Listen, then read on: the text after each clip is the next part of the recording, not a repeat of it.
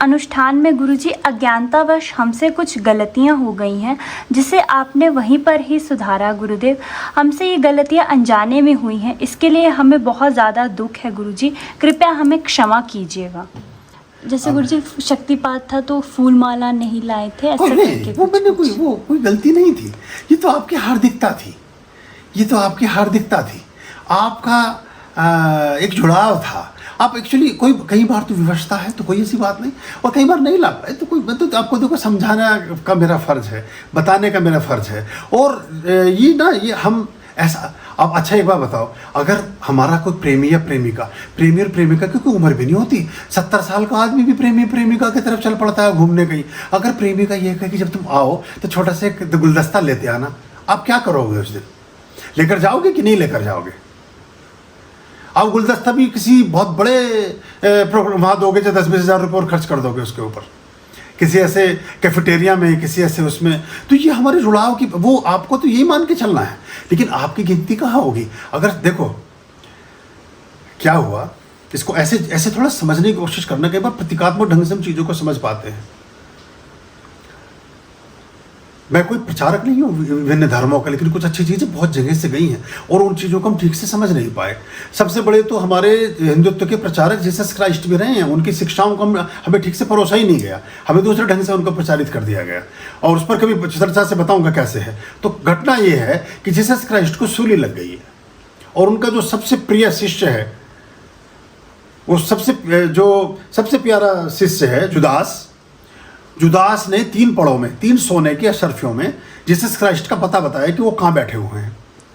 वो गिरफ्तार कर लिए गए, अलेक्जेंडर ने उनको गिरफ्तार किया, कंधे पर उनके वो सूली लादी की, उनको एक जुलूस के रूप से उनको निकाला गया। फिर जहाँ सूली पर चढ़ाया गया तो वहाँ लोगों ने उनको पत्थर मार रहे थे, सब मार रहे थे। जुदास ने सोचा कि अगर मैं भी नहीं, देखिए उनका शिष्य भी है, लेकिन अब चूंकि वहाँ सरकार खड़ी है, वहाँ सिपाही खड़े हैं, बहुत लोग खड़े हैं, तो उसने सोचा कि मेरा तो गुरु रहा है, मेरा तो मार्गदर्शक रहा है, लेकिन इतनी भीड़ में अगर मैं कुछ भी नहीं हाथ पांव चलाऊंगा तो लोग कहीं ऐसा ना हो मुझे भी ना मारने पीटने लगे, या मुझे भी कहीं ऐसा ना सोचे कि मैं भी कहीं किसी, उन पर जो आरोप लगा था कि आप ईश निंदा के पात्र हैं, आप खुद को भगवान का पुत्र बताते हैं, कहीं ऐसे दोष मुझे न लग जाए। तो उसने क्या किया, गुलाब का फूल उठाया और फूल मार दिया।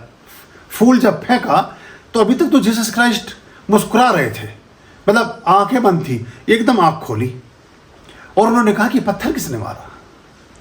तो आप सोच सकते हैं, अब तक हजारों पत्थर पड़ चुके थे, उसकी आंखें बंद थी और आराम से उसको, क्योंकि पत्थरों की प्रतीक्षा थी कि पत्थर आएंगे, सूली पर पत्थर ही आने थे, लेकिन सूली पर कोई फूल मार दे तो कहा कि पत्थर किसने मारा?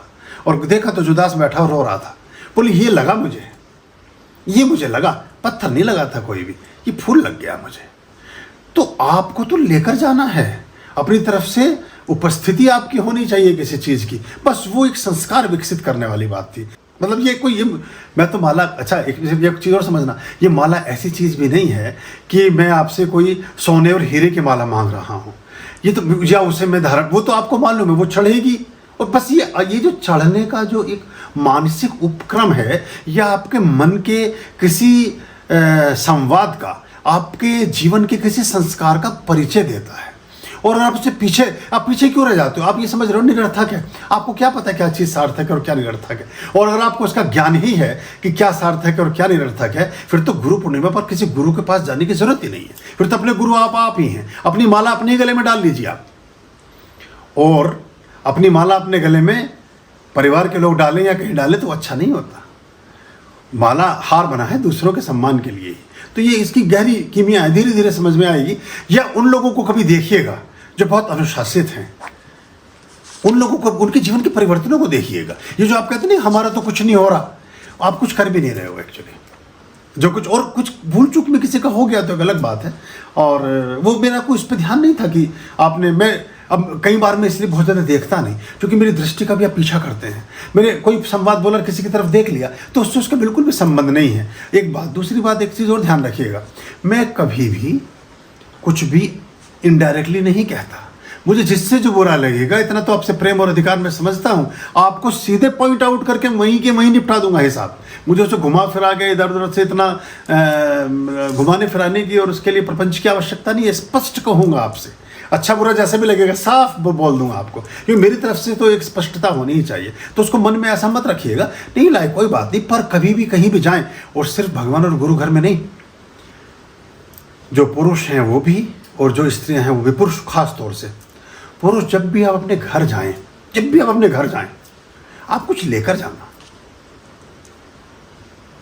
मेरे एक अध्यापक थे, मैं रहा हूँगा 9th में या 8th में, उन्होंने ऐसी किसी उद्धरण में ये बात कही, मुझे बड़ी अटपटी सी लगी कि 10 रुपये पॉकेट मनी के मिलते हैं, उसमें से कह रहे हैं कि 2 रुपये का आप केले ले जाया करो घर, या कोई चीज़ ले जाया करो, तो 8 ही रह जाएंगे वो तो। या 5 रुपये मिलते हैं तो उसमें तो 5 रुपये, 2 रुपये, 1 रुपये ऐसे ही मिलते थे, तो 1 रुपये के चाट का पत्ता आदमी खा के उठ नहीं पाता था, 15 पकौड़ी का पत्ता आता था 1 रुपये में। तो अब वो उस समय तो लगा, लेकिन 1-2 बार मैंने कहा चल करके देखते हैं, हमारे टीचर ने ये बात कही है तो ये अच्छी कोई बात होगी। और आप देखेंगे कि बड़ा आपके बारे में भावदशा बदलती है। सबसे पहले तो हार्दिकता का जन्म होता है, प्रेम का जन्म होता है, आपके स्वीकार का जन्म होता है, और आपके लिए फिर प्रतीक्षा होती है। बड़े हैं वो भी आपको प्रियता चाहेंगे, छोटे हैं तो आपका इंतज़ार करेंगे। और आपको जान के आश्चर्य होगा कि इससे कुछ भी घटता नहीं है, सिर्फ हम सोचते हैं कि हमारी जेब से 10 रुपये कम हो जाएंगे, ये कितने गुना पड़ जाएंगे आप कभी समझ भी नहीं सकते हैं। क्योंकि ये आपको सिर्फ उस बात का प्रतिफल मिलेगा जीवन में, ये अंडरलाइन कर लेना, मेरा सेंटेंस फिर से रिपीट करता हूँ, आपको अपने जीवन में सिर्फ उस बात का प्रतिफल मिलेगा जो निरर्थक है, जो परमार्थिक है, जो परमार्थ के निमित्त है। आपने कितना कटोरा भर के खाया, इसका कोई फल नहीं मिलेगा, लेकिन वो कटोरा भरा हुआ क्या किसी पशु पक्षी या किसी और आदमी को खिला दिया, इसका निश्चित तौर से मिलेगा। जो और उसमें भी है, मनुष्य के अलावा अगर किसी ऐसे को खिलाया कि जो आपके घर में ना तो कौवा आकर के कभी चाकरी करेगा, ना बिल्ली आकर के कभी झाड़ू लगाएगी, ना कुत्ता आपकी मोटरसाइकिल चलाएगा, मतलब ना चींटी गाना गाएंगी, ना भैंस जो है वो आपके पराठे तलेगी, ये कुछ भी तो नहीं करेंगे बेचारे।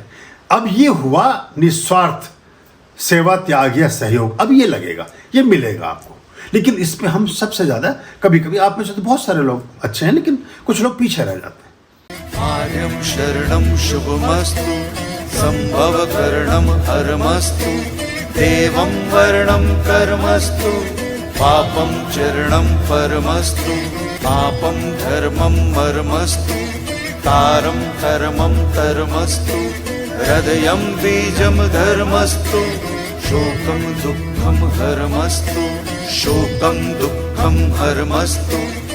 आर्यं शरणं शुभमस्तु, संभव करणं हरमस्तु, देवं वर्णं कर्मस्तु, पापं चरणं परमस्तु, पापं धर्मं मर्मस्तु, तारं कर्मं धर्मस्तु, हृदयं बीजं धर्मस्तु, शोकं दुःखं हरमस्तु, शोकं दुःखं हरमस्तु, पापं धर्मं मर्मस्तु, तारं कर्मं धर्मस्तु, हृदयं बीजं धर्मस्तु, शोकं दुःखं हरमस्तु, शोकं दुःखं हरमस्तु, शोकं दुःखं हरमस्तु।